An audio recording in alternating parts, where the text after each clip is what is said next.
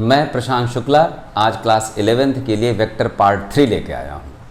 Part 2 में जो लोग देखे होंगे उन्हें मालूम है, पार्ट 2 में मैंने किसी भी वेक्टर का मैग्नीट्यूड कैसे फाइंड आउट किया जाता है ये पता लगाया था, किसी भी वेक्टर का यूनिट वेक्टर कैसे निकालते हैं और हर एक वेक्टर अपने यूनिट वेक्टर का पैरेलल होता है इसको समझाने की कोशिश किया था। और लास्ट में parallelogram law of vector addition के एप्लीकेशंस किए थे हम लोग। Parallelogram law of vector addition किसी भी दो वेक्टर्स का रिजल्टेंट निकालने के लिए यूज़ में लाया जाता है।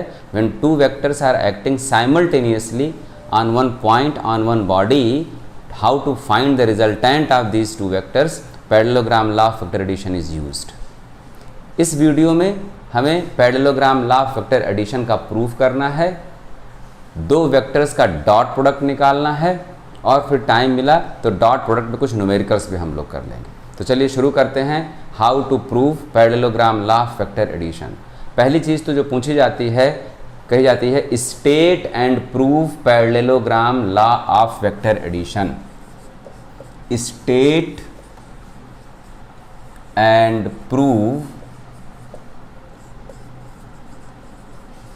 Parallelogram law of vector addition.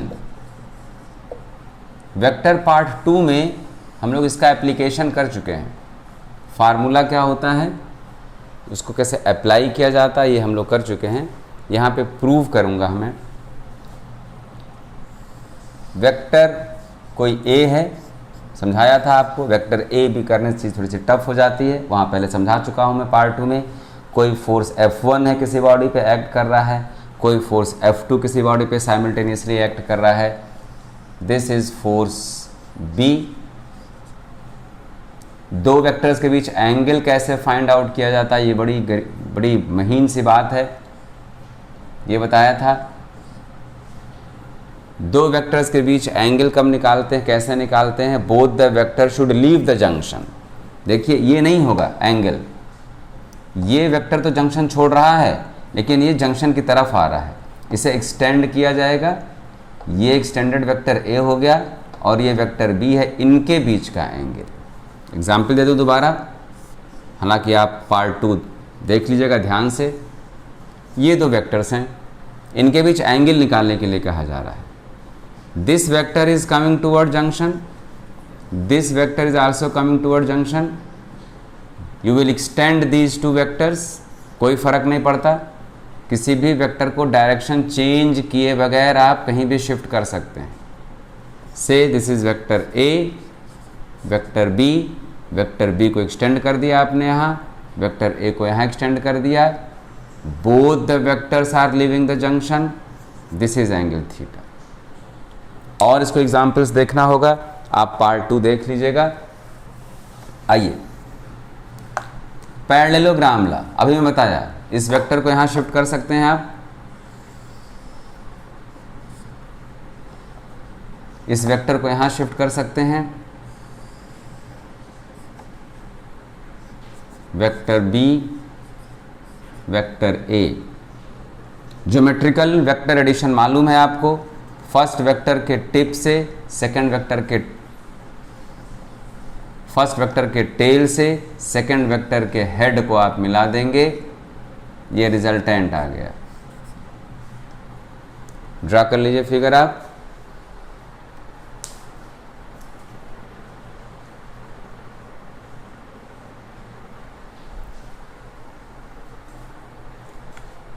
कुछ geometrical construction. Draw perpendicular from this point to this point.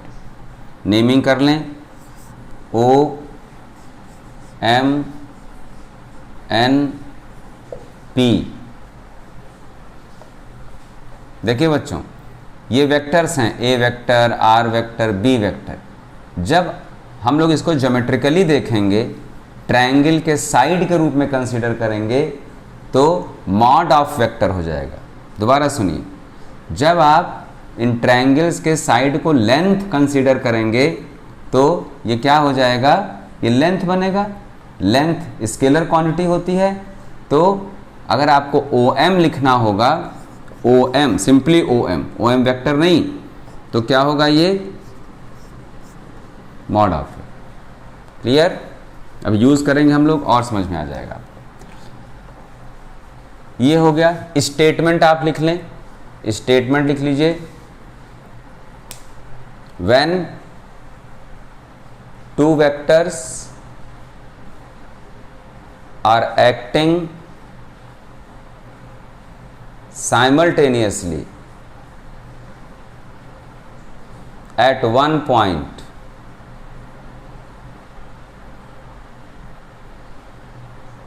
along the sides of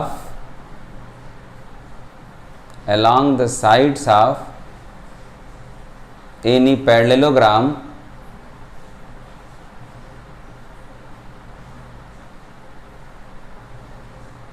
diagonal of the parallelogram will be resultant of these two vectors. Diagonal of the parallelogram will be resultant of these two vectors. वही बात जो हमें figure draw करते समय बता रहा था आप लोगों को। चलिए प्रूव करते हैं।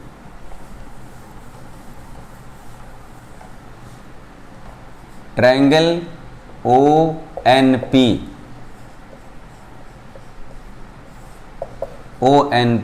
राइट एंगल ट्रायंगल है, दिख रहा है, ONP OP स्क्वायर। अब ध्यान दीजिएगा, यहाँ पे OP वेक्टर नहीं लगा रहा हूँ मैं, क्योंकि ये किसी ट्रायंगल की साइड है, लेंथ है। OP square is equal to ON square plus NP square. ठीक है।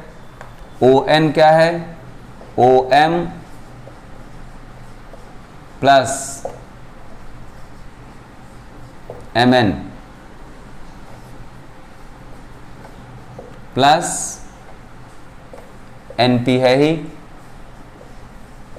NP square. OM तो डायरेक्ट मिला है आपको, A magnitude of A। MN नहीं दिख रहा है, MN फाइंड करेंगे हम लोग। NP भी नहीं दिख रहा, फाइंड करेंगे। कैसे फाइंड करेंगे MN? इसके लिए ट्रायंगल लेते हैं MNP, ट्रायंगल MNP।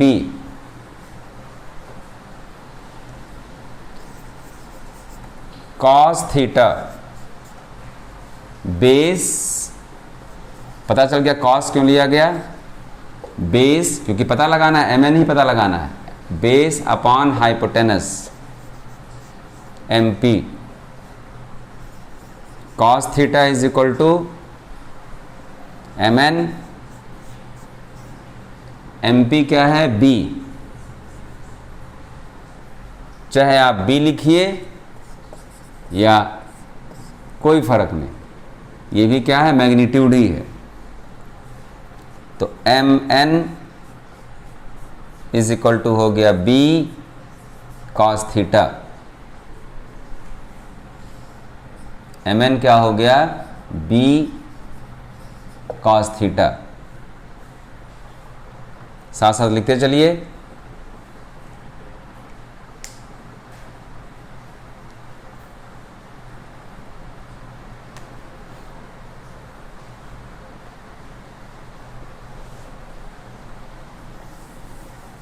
इसी ट्रायंगल में साइन थीटा परपेंडिकुलर, इसी ट्रायंगल में MNP में perpendicular upon hypotenuse MP। MP मालूम है, B साइन थीटा। इसे लिख लीजिए B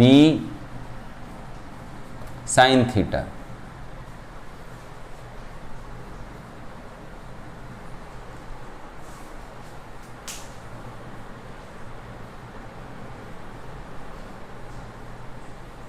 P N N P एक ही बात है। Now I am going to put these values M N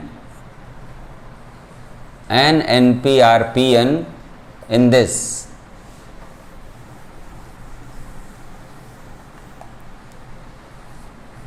OP square, OP को आप आर लिख सकते हैं, लिख दूंगा आखिरी स्टेप में। O M A plus M N B cos theta whole square plus N P या P N B sine theta, B sine theta. R square O P R है, length R, A square A plus B का whole square, यहां B के रूप में B cos theta है, B square cos square theta plus 2ab cos theta. यहां पे square है, स्क्वायर कर लीजिए। एनपी क्या था, B sine theta, B sine theta के square plus B square sine square theta. दोबारा समझिए, ओ एम ए है, एम एन फाइंड कर चुके हैं, B cos theta, N P B sine theta, A plus B का होल स्क्वायर। अब देखिए, ए स्क्वायर, ध्यान दीजिएगा, B square cos square theta plus B square sine square theta, B square common, cos square theta plus sine square theta, केवल एक term बचता है, 2ab cos theta, 2ab cos theta, sine square theta plus cos square theta is equal to 1। A square plus B square, ये 1 हो गया, plus 2ab cos theta, r is equal to, तो resultant दो forces हैं A और B, उन forces के magnitudes हैं, तो उनका रिजल्टेंट का फार्मूला।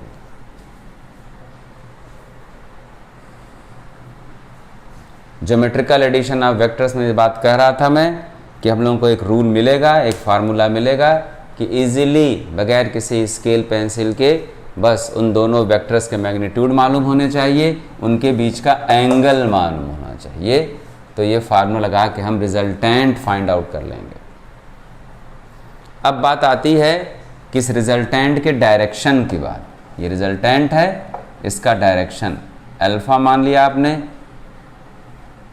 इसी ट्रायंगल से बड़े वाले ही ओ एन पी से ही लिख लें, from triangle O N P tan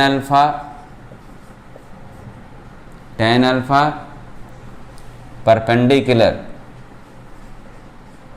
upon base, base क्या है, O M plus M N, P N लिखा है B sine theta, O M A plus B cos theta. ये ध्यान रखिएगा, बहुत इंपॉर्टेंट चीज़ है ये। सीबीएसई के हल्के फुल्के क्वेश्चंस में ज़रूरत नहीं पड़ती है। ये अल्फा वेक्टर ए से एंगल है, ध्यान दीजिएगा, वेक्टर ए से लिया गया एंगल है ये, ध्यान देना। देखो रिजल्टेंट वाले में आप किसी को ए मानो किसी को बी मानो कोई बात नहीं। इस वाले फार्मूले में ये ध्यान देना है आपने कि अल्फ़ा जो आंसर लिख रहे हैं आपका जो ऑप्शन होगा ये अल्फ़ा कहाँ किस वाले वेक्टर से है, ये ध्यान देना है आपको, ठीक है ना। तो tan alpha is equal to B sine theta upon A plus B cos theta. अगर कोई बच्चा कहता सर ये दोनों वेक्टर्स अगर परपेंडिकुलर हैं जिनके बीच आपको रिजल्टेंट निकालना है, कोई बात नहीं, थीटा इज इक्वल टू 90 यहाँ, थीटा इज इक्वल टू 90 यहाँ, साइन 90 क्या हो गया 1, तो b न्यूमरेटर केवल b रहा upon a plus B cos 90 0, ये पूरी चीज़ 0, तो क्या आ जाएगा b अपॉन a। ये कोई नई बात नहीं है। जब कंपोनेंट रिजॉल्व हम लोग किए थे तो आपको याद होगा, अगर मैं कहा था ये fx है, ये fy है और ये इनका रिजल्टेंट है f, तो ये angle tan alpha perpendicular by base. यहाँ बात कर लूँ मैं, अगर इसको कह दूँ ये a है, ये b है और ये r है, रिजल्टेंट ये हुआ, तो tan अल्फ़ा क्या आ गया b अपॉन a। मतलब ये एक जनरल फार्मूला है, इससे आप कैसे भी केसेस फाइंड कर सकते हैं, ठीक। पार्ट 2 में हमने कुछ एप्लीकेशंस लिया था। एक यहाँ पे अच्छा सा क्वेश्चन करा दूँ आपको मैं, लिखिए question two equal vectors are acting on any body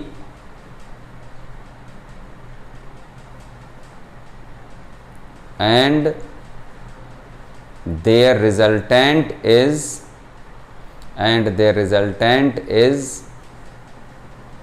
one of them, and their resultant is one of them. Find angle between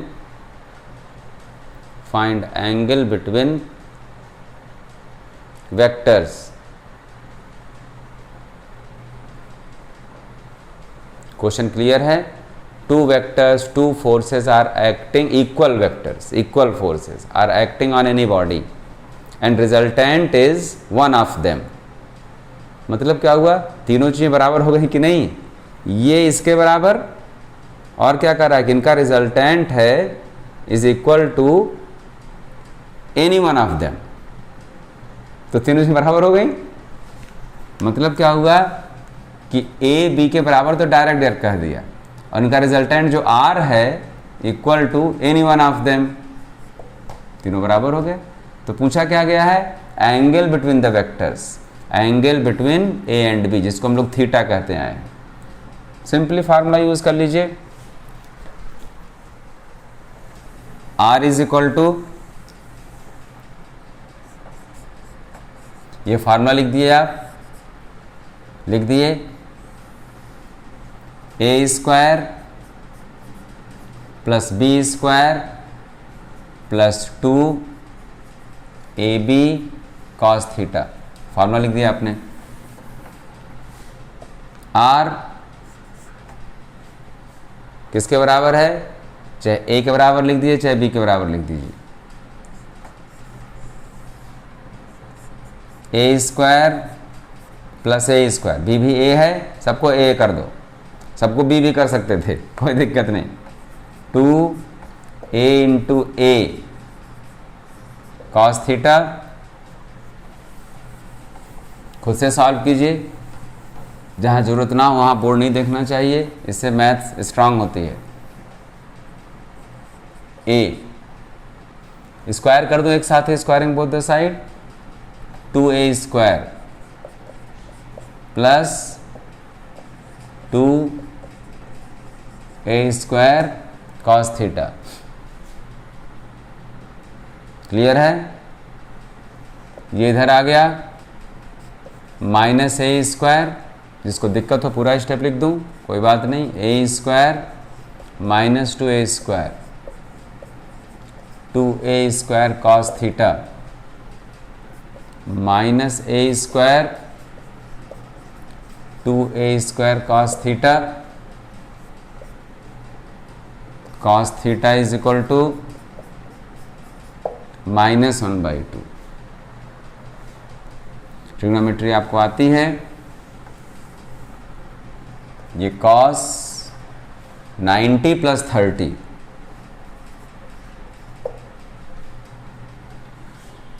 theta is equal to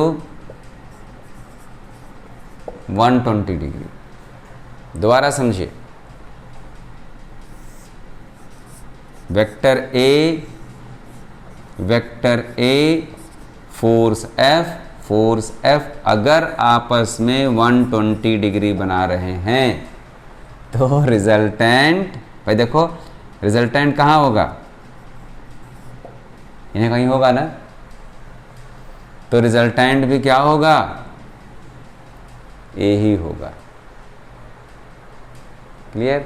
कई चीज़ें जब आप कभी मैकेनिकल फिजिक्स पढ़ोगे अलग से कोई ब्रांच लेके, तो इन सब चीज़ों की बहुत ज़रूरत पड़ेगी। हम लोग जो वेक्टर ए बी कह रहे हैं, इसलिए बार बार मैं प्रेफर करता हूँ उसको फोर्स के फॉर्म में लेने के लिए। ठीक है, और हम लोग एप्लीकेशन बेस्ड क्वेश्चन पार्ट 2 में किए हैं। बार बार कह रहा हूँ कि जब वेक्टर का ये सीरीज़ ख़त्म हो जाएगा तो मिसलिनियस न्यूमेरिकल्स का एक वीडियो बनाऊंगा मैं। तो बेटा लोग, हम लोग क्या क्या पढ़ चुके, वेक्टर्स को ऐड करना पढ़ लिए हम लोग, 2 तरीके से ऐड करना पढ़ लिए। एक बार ज्योमेट्रिकली कैसे ऐड किया जाता है, स्केल से पेंसिल से ड्रा करके आपको बनाना होगा। हम लोगों ने पढ़ लिया किसी वेक्टर को रिजॉल्व कैसे किया जाता है। कोई वेक्टर था, उसके कितने टुकड़े होंगे, उसका इफेक्ट किन किन डायरेक्शंस में होगा, how to resolve any vector हम लोग पढ़ लिए, 2D में 3D में पढ़ लिए। कोई वेक्टर है, उसको हम लोग उसके कंपोनेंट फॉर्म में लिखेंगे कैसे। कोई वेक्टर ए है, उसका x कंपोनेंट है, उसका y कंपोनेंट है, उसका z कंपोनेंट है। Rectangular component form of any vector, ये हम लोगों ने पढ़ा। इसका मैग्नीट्यूड क्या होता है, मैग्नीट्यूड का क्या मतलब बताया था कि आप कह दिए किसी बॉडी पे आप 2i cap + 3j cap + 4k cap Newton force लगा रहे हैं। ये नहीं सबको बात समझ में आ रही है। वो कह रहा है कि नहीं भाई हमें ये बताओ 14 न्यूटन, 15 न्यूटन, 16 न्यूटन कितना फोर्स लगाए, तो आप कहोगे भैया इसका मैग्नीट्यूड निकाल लो। हालांकि ये अच्छा तरीका होता है, सब बताया हूँ, दोनों वीडियोस कवर कर रहा हूँ मैं। ये अच्छा तरीका होता है, ठीक है। अच्छा तरीका क्यों होता है आप देखिए वीडियो 2। तो इसका मैग्नीट्यूड उसे नहीं पसंद था 2i cap 3j cap + 4k, वो 15 न्यूटन, 14 न्यूटन, 4 न्यूटन ऐसा चाह रहा था। तो 2 का स्क्वायर कर दिए, 3 का स्क्वायर कर दिए, 4 का स्क्वायर कर दिए, सॉल्व कर दिए, तो उसकी मनचाही बात आ गई। ठीक है, उसके बाद हम लोगों ने वेक्टर्स को जोड़ा इस तरह पैरेललोग्राम लेके, एनालिटिकली मैथमेटिकली जोड़ा। तो वेक्टर सब्ट्रैक्शन भी हम लोग पढ़े। तो अब हम लोग वेक्टर का मल्टीप्लिकेशन पढ़ने जा रहे हैं कि फिजिकल क्वांटिटीज़ होती हैं वो मल्टीप्लाई भी तो करना पड़ता होगा भाई ना। Force into displacement, force vector, displacement vector, क्योंकि इनके मल्टीप्लिकेशन से हमको वर्क डन मिलता है, आपको मालूम है वर्क डन मिलता है आपको। ठीक है, तो अब वेक्टर का मल्टीप्लिकेशन हम लोग करने जा रहे हैं। वेक्टर का मल्टीप्लिकेशन 2 तरीके का होता है। एक वेक्टर मल्टीप्लिकेशन से स्केलर क्वांटिटी मिलती है और एक तरह का वेक्टर मल्टीप्लिकेशन होता है उससे वेक्टर क्वांटिटी मिलती है।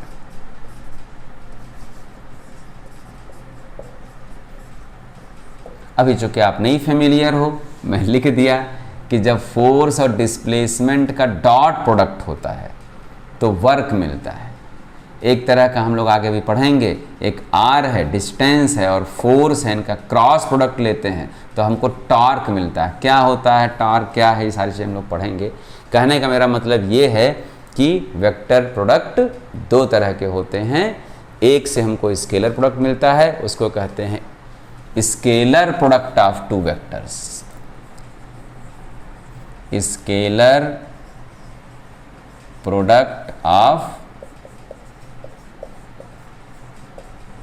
2 वेक्टर्स, 2 वेक्टर्स का स्केलर प्रोडक्ट, 2 वेक्टर्स का वेक्टर प्रोडक्ट, वेक्टर मिल रहा है। ठीक है, तो मान लिया कि कोई वेक्टर ए है, दूसरा वेक्टर बी है, इनका डॉट प्रोडक्ट निकालो। अभी मैथमेटिकली थोड़ा देख रहे हैं हम लोग, फिर उसका जब फार्मूला आ जाएगा उसको मैथ हम लोग फिजिक्स में अप्लाई करेंगे। इनके बीच कोई एंगल तो होगा ही, भले वो 0 डिग्री हो, 90 डिग्री हो, 180 डिग्री हो, होगा। मैग्नीट्यूड इसका ले लेंगे। अब ये नंबर बन गया, ये 2 हो गया, 3 हो गया, 4 हो गया, ये 2 हो गया, 3 हो गया, 4 हो गया। अब 2 और 3 को तो मल्टीप्लाई करने का डॉट और क्रॉस प्रोडक्ट नहीं है ना, वो तो सिंपली 2 3 ज़ा 6, 4 4 ज़ा 16, ठीक है। ये simple into cos theta, into cos theta. यहाँ क्रम नहीं गड़बड़ करना चाह रहा हूँ, मैं बताऊँगा कि ये कॉस क्यों होता है, ठीक है। कॉस क्यों होता है, सिंपल सा एक कंसेप्ट लगेगा उसमें कंपोनेंट का, ठीक है। देख ही लो आप, मान लो ये वेक्टर ए है और यहाँ वेक्टर बी है, इनके बीच एंगल थीटा है, इनके बीच एंगल थीटा है। इस ए का इधर प्रोजेक्शन क्या होगा, प्रोजेक्शन मतलब छाया होती है, ठीक है। ये ए है, ये थीटा है, इसका इधर प्रोजेक्शन क्या होगा, देखो ये हाइपोटेनस है और ये बेस है। हाइपोटेनस मालूम है आपको, ये एंगल मालूम है, तो ये क्या हो गया, अभी हम लोग यूज़ किए हैं, ये ए कॉस थीटा हो गया, ये ए कॉस थीटा हो गया। प्रोजेक्शन कहाँ जा रहा है इसका, बी पे जा रहा है। प्रोजेक्शन कहाँ जा रहा है इसका, बी पे जा रहा है, इसलिए आ गया ए बी कॉस थीटा। ये शॉर्ट बताया ताकि आपको एक आइडिया मिल जाए, ठीक है। ये बात समझ में आई। अब आप कहोगे सर मैं किसी भी 2 वेक्टर्स का डॉट प्रोडक्ट निकाल सकता हूँ, निकाल सकते हैं, लेकिन हम लोग एक चीज़ और देख लें थोड़ा। सबसे सिंपल वेक्टर आई कैप बता चुका हूँ, यूनिट वेक्टर है। क्या डायरेक्शन है इसका, एक्स एक्सिस के अलोंग। ये J unit vector along Y axis, ठीक है भाई। यूनिट वेक्टर है, इसका मैग्नीट्यूड क्या हो गया 1, इसका मैग्नीट्यूड क्या हो गया 1, सिंपल मल्टीप्लिकेशन कर दो। एक्स एक्सिस वाई एक्सिस, इनके बीच एंगल क्या है, एक्स और वाई एक्सिस के बीच 90 डिग्री, कॉस 90, कॉस 90 क्या 0, तो आई डॉट जे क्या हो गया 0। आई डॉट के, आई डॉट के, I J K, X axis Y axis Z axis तीनों आपस में परपेंडिकुलर होते हैं, ऑर्थोगोनल वेक्टर्स कहते हैं इनको। यहाँ भी देखिए भाई 1 मैग्नीट्यूड, मैग्नीट्यूड 1 कॉस 90 0। एक दूसरे तरह का ले लें, आई डॉट आई vector 1 1 x axis X axis, x और एक्स के बीच एंगल क्या होगा, पैरेलल हो गए 0, तो क्या cos 0 1, I dot I 1, I dot I 1। और प्रैक्टिस करते हैं, J dot J 1 into 1, Y Y axis cos 0 1, note कर लीजिए।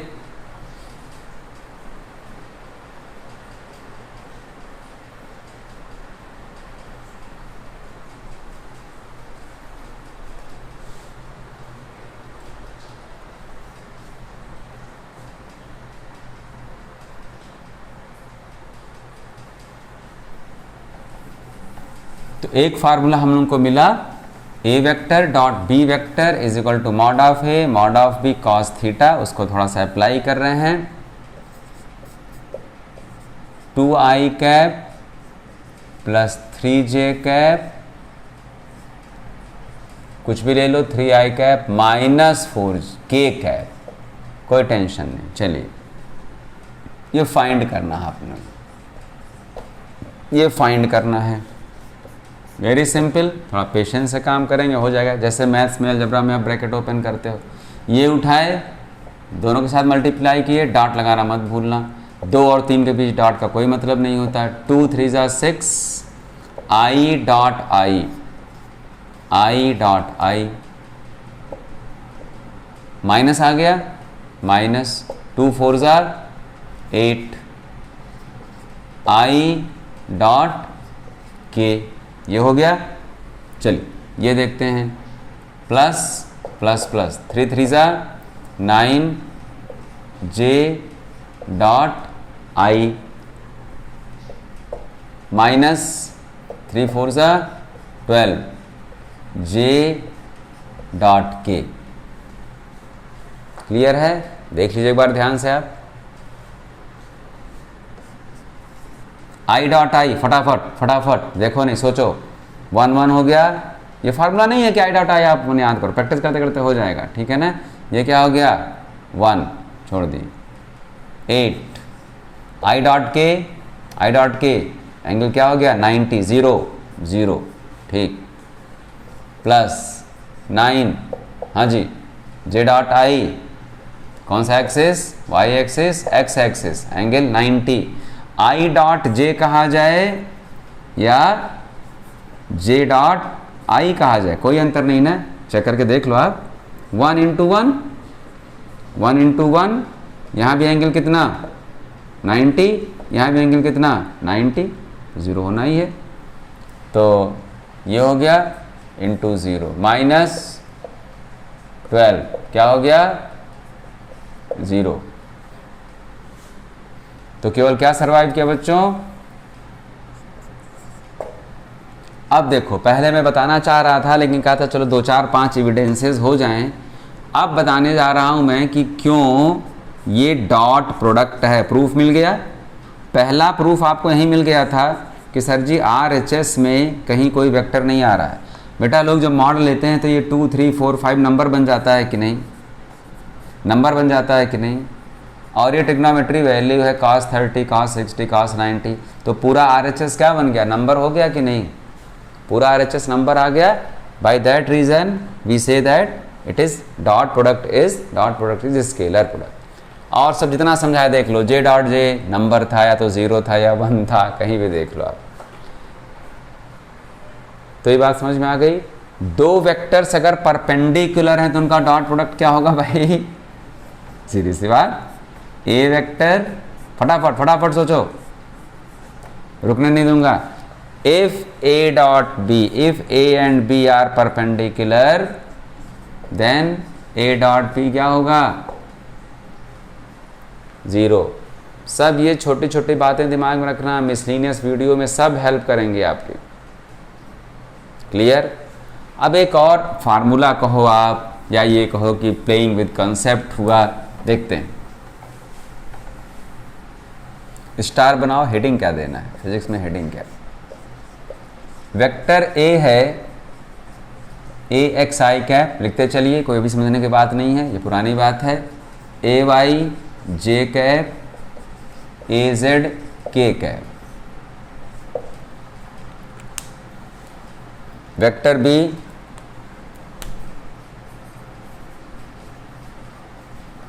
B X I cap, B Y J cap, B Z K cap.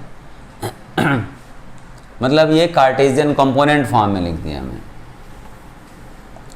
इनका फाइंड करते हैं हम लोग डॉट प्रोडक्ट। चलिए भाई, ए एक्स आई कैप, ए की जगह ये लिखिए, बी की जगह लिखिए फटाफट। ए Y J cap,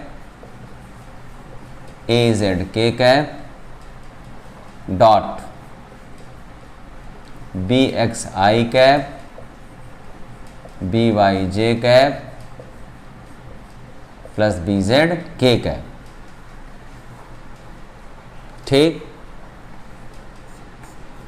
bracket open नहीं करूंगा, दिमाग से काम करो, ध्यान से देखो इधर।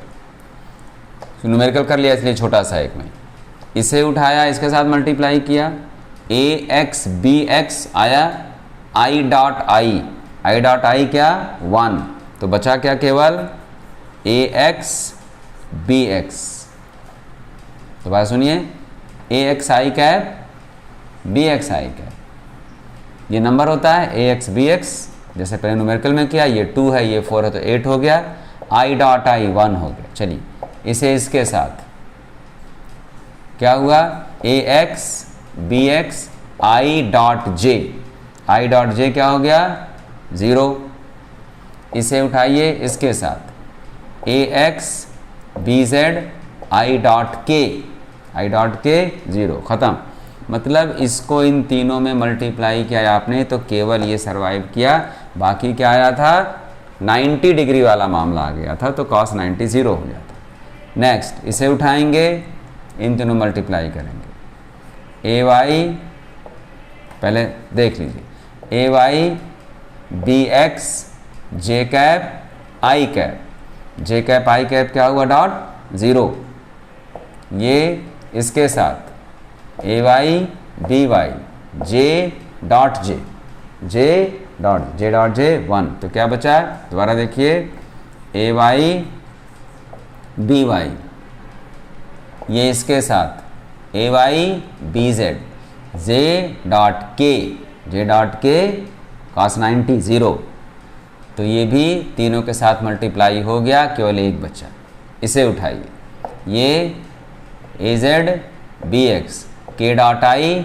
0, ये इसके साथ ए जेड बी वाई के डॉट जे 0, ये इसके साथ ए जेड बी जेड के डॉट के 1, ये अच्छी सी चीज़ निकल के आ गई भाई। ए डॉट बी दूसरा फार्मूला कह सकते हो आप, एप्लीकेशन कह सकते हो, ये डॉट प्रोडक्ट हो गया। तो डॉट प्रोडक्ट के लिए आपके पास दो बातें आ गई, एक ये आ गई और एक ये आ गई।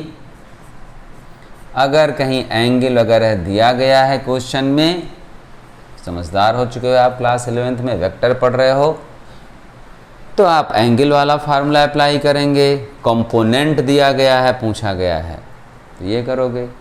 तो मैं एक ऐसा क्वेश्चन उठाना चाह रहा हूँ जिसमें दोनों फार्मूले लग जाएं।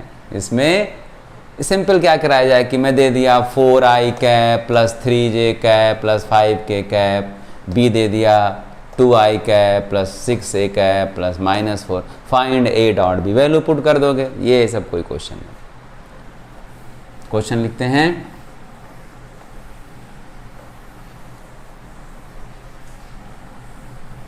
अब जो वीडियो 4 होगा उसमें क्रॉस प्रोडक्ट ऑफ वेक्टर हम लोग पढ़ेंगे, cross product of vector. Question, vector A 2i cap, देखना सबसे बड़ा यूज है डॉट प्रोडक्ट का ये, i कैप कुछ भी लिख लो, 2j cap plus 2k cap, find angle between a and b। दो वेक्टर्स कंपोनेंट फॉर्म में दिए गए हैं, कार्टेशियन कंपोनेंट फॉर्म में दिए गए हैं, उनके बीच एंगल फाइंड करना है आपको। वेरी सिंपल, मतलब एंगल है तो ये वाला भी फार्मूला लगेगा भाई, ये वाला तो लगेगा ही लगेगा। ऐसे मैं कहूँ ये वाला तो लगेगा ही लगेगा। इसकी वैल्यू आप फाइंड कर लोगे, अंडर रूट अभी करूँगा, b अंडर रूट निकाल लोगे। इसके लिए क्या पापड़ बेलना है भाई, इसके लिए तो पापड़ बेलना है ax bx plus ay by plus az bz, समझ गए। अब इसकी जगह क्या लिखेंगे, पढ़ चुके हैं हम लोग, ax square plus ay square plus az square. इसकी जगह क्या लिखेंगे मल्टीप्लिकेशन में, bx square plus by square. इसीलिए कहता हूँ कि फिज़िक्स में पुरानी चीज़ें मालूम रहती हैं, प्रैक्टिस रहती हैं। इस तरह प्रैक्टिस की you can use it whenever it is required, that is called practice, that is called practice only। ax bx ay by az bz कैसे मॉड लिया जाता है, कैसे मॉड लिया जाता है, नोट कर लीजिए जो लोग बोर्ड से देख के लिख रहे हैं।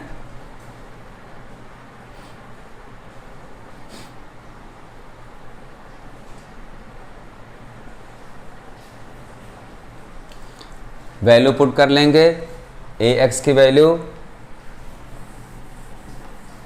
ए X 2, B X 1, A Y -1, B Y 2, A Z 1, B Z 2, ये हो गया is equal to under root A X square 2 का स्क्वायर -1 का स्क्वायर 1 का स्क्वायर। ठीक है, ये 1 का स्क्वायर प्लस 2 का स्क्वायर प्लस 2 का square cos theta 2 -2 plus 2 is equal to 4 5 1 6,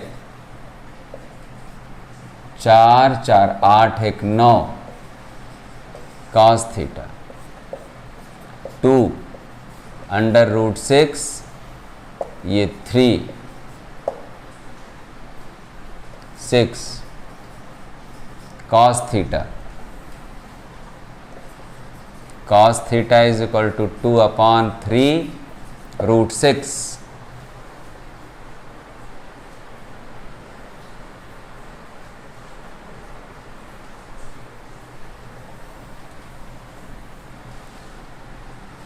एक बार कैलकुलेशन प्लीज़ आप लोग चेक कर लीजिएगा, कभी कभी गड़बड़ी हो जाती है कैलकुलेशन में।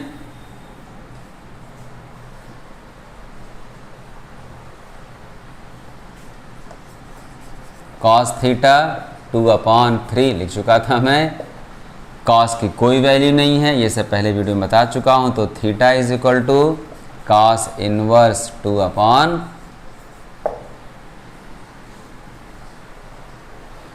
तो बस किसी टॉपिक के साथ मैं 1-2 क्वेश्चन लेता हूँ, क्योंकि मेन चैलेंज फिजिक्स में होता है कि जब आप 4-5 टॉपिक पढ़ लेते हैं then how to recognize the numerical. इसलिए मैं मिसलीनियस पे ज़्यादा जोर देता हूँ, लेकिन ये बहुत ज़रूरी इसलिए है कि बगैर किसी टॉपिक के साथ 1 या 2 न्यूमेरिकल 3 न्यूमेरिकल लगाए बगैर there is no clarity of the concept, there is no clarity of the topic.